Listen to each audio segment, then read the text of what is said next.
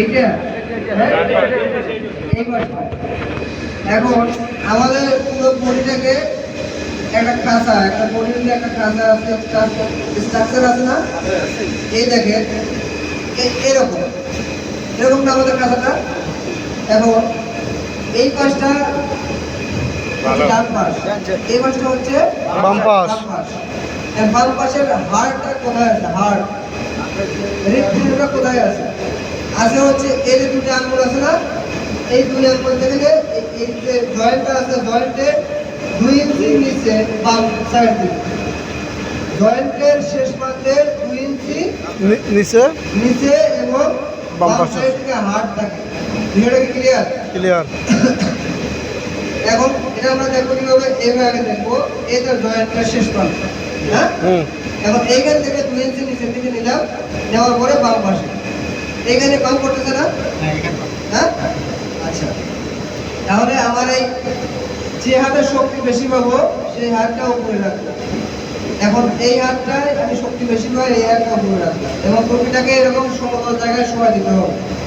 দেওয়ার পরে হাড়ের দিকে হালকা একটু ক্রস করে, মানে সরাসরি এদিকে না দিয়ে হালকা একটু 1 ইঞ্চি 2 ইঞ্চি এদিকে ক্রস করে আমার যে হাতে শক্তি পাবো সেই হাতটা এবং ওটাকে ক্লিক করবো, এটা লক করবো। করার পরে পাম্প করতে হবে 20 থেকে 30 বার। কয়বার?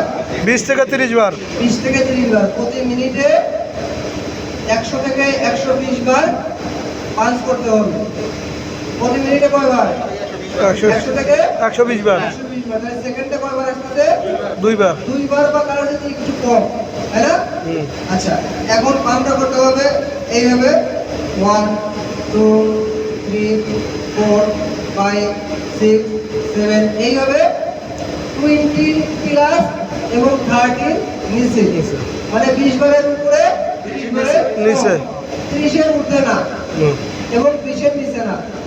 এখন আমরা 25 বার দিতে পারেন, 28 বার দিতে পারেন, 30 বার দিতে পারেন। এরকম ভাবে 30 বার দেওয়ার পরে এই নাকটা ধরতে হবে। নাকটা ধরে তার মুখটাকে হা করাতে হবে, মুখটা খুলতে হবে। খোলার পরে তার ঠোঁটের সাথে যে উদ্ধারকারী বাহিনী তার ঠোঁটটা লাগাতে হবে। লাগানোর পরে সজোরে ফু দিতে হবে, পাতায় দিতে হবে। দেওয়ার পরে আবার ছেড়ে দিতে হবে।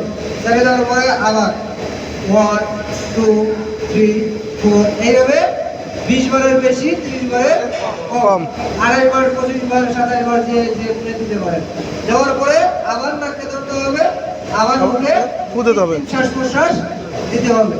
যদি আমি খুব দ্রুত দেই 1 2 3 4 5 এত দ্রুত যদি দেই তাহলে কি ক্ষতি হবে? তাহলে হার্ট যে ব্লাডটাকে পাম্প করে দিচ্ছে, সরায় দিচ্ছে, ব্লাডটা পৌঁছানোর আগে হার্ট পাম্প করতেছে, ফাঁকা পাম্প করতেছে। তাহলে কি হবে? এটা আমাদের ক্ষতিকারক হবে না?